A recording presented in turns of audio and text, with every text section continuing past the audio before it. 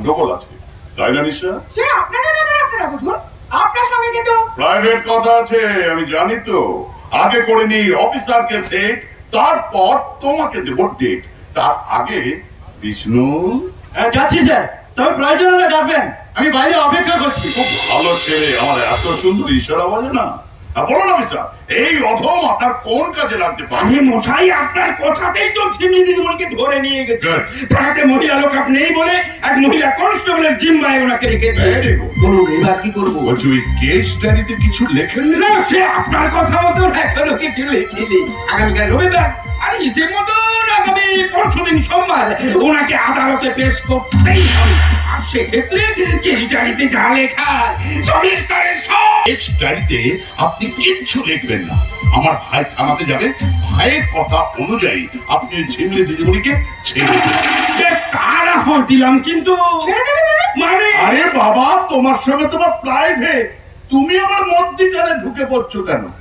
কি যেন বলছিলে? না মানে আমারটা হ্যাঁ বললাম, তোমার ভাই যাবে, ভাইয়ের হাত দিয়ে পাঠিয়ে দেবো, আপনি ঝিমলি দিদিমণিকে ছেড়ে দেবেন। কিন্তু আপনি যে আমাকে অন্য কথা বলেছেন। দেখেছো, মেয়েটা আমার মধ্যিখানে ঢুকে পড়ে। আরে বাবা, তোমার সঙ্গে আমার প্রাইভেট। তাহলে যেটা বললাম অফিসার। বেশ, আমি তাহলে এখন চলি। দাঁড়ান অফিসার, ওই ঝিমলিকে আপনি এইভাবে ছেড়ে দিতে পারেন না। নিশা, তোমার সঙ্গে কি তোমার প্রাইভেট? আমাকে গাছে তুলে দিয়ে এখন আপনি বই কেড়ে নিচ্ছেন। নিশা, তুমি আমার সঙ্গে এইভাবে কথা বলছো কেন? তুমি বিডিও সাহেবের মেয়ে, তোমার মুখে এই ধরনের কথাবার্তা শোভা পায় না। হ্যাঁ, কিন্তু এর কি বলতে চাইছেন সেটাও তো আমার শোনা দরকার। কিন্তু আমি যে এখানে একটা রক্তের গন্ধ পাচ্ছি। ঠিকই পাচ্ছেন, তবে গন্ধটা আমার এই পকেটের ভেতর থেকে আসছে। বললাম তোমার ভাই যাবে, ভাইয়ের হাতে পাঠিয়ে দেবো। তা না হয় পাঠাবেন, কিন্তু কতটা পাঠাবেন সেটা নির্ভর করছে এনার কথার উপর। এনার কথাটা যত ভারী হবে, লোকের বান্ডিলটাও ঠিক ততটাই ভারী হবে। হ্যাঁ হ্যাঁ, বলুন ম্যাডাম, আপনি কি বলতে চাইছেন?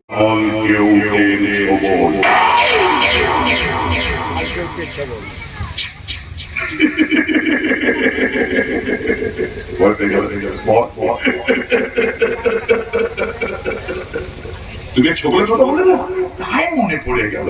তবে আমি ছবল ভাই না, ছবল মারি।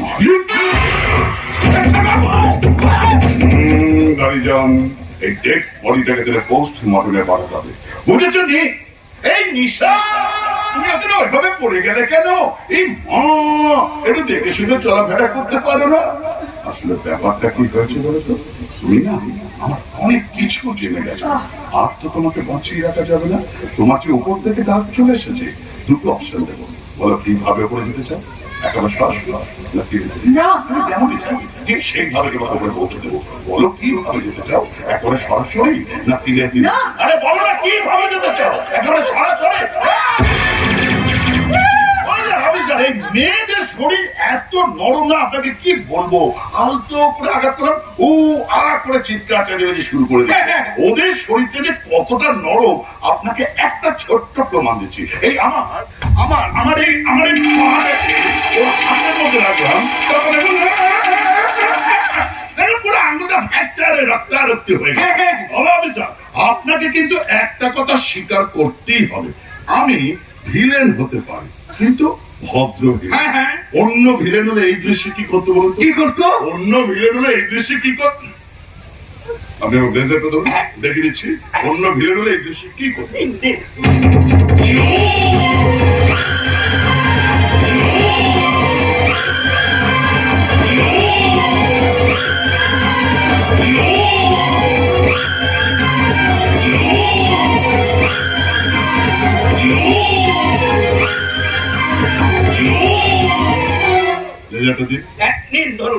অন্য ভিলেন হলে না এই দৃশ্যে পুরো রেপ করে ছেড়ে দিন।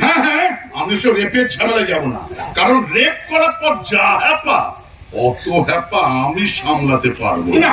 ওই যে আর্জি করা চিকিৎসক দিদিমণি থেকে রেপ করার পর ওই হতচ্ছাড়া সঞ্জয়টা বুঝতে পারছে কত ধানে কত চাল। কি দরকার বলুন তো? আমি হচ্ছি ভদ্র ভিলেন, কেন অকারণে মেয়েদের গায়ে হাত দিতে যাবে? আমি ভদ্র ভিলেন, আমি মেয়েদের গায়ে হাত লাগাই না। মিলল কথা? আমি বলেছি না, আমি ভদ্র বিলেন, মেয়েদেরকে আমি হাত দিয়ে স্পর্শ করি না।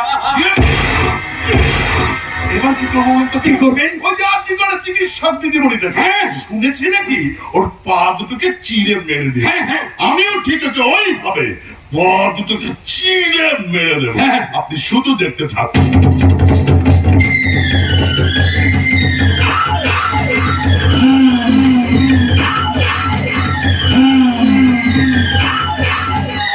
স্যার পালিয়ে যান, স্যার পালিয়ে যান। এ, পালাবো কেন রে?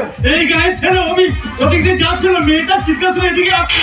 ও তো এখনো বেঁচে আছে রে। আরে দূর মশাই, আপনি বাঁচলে বাপের নাম কোন ধরাই খাবার হাত থেকে বাঁচতে হলে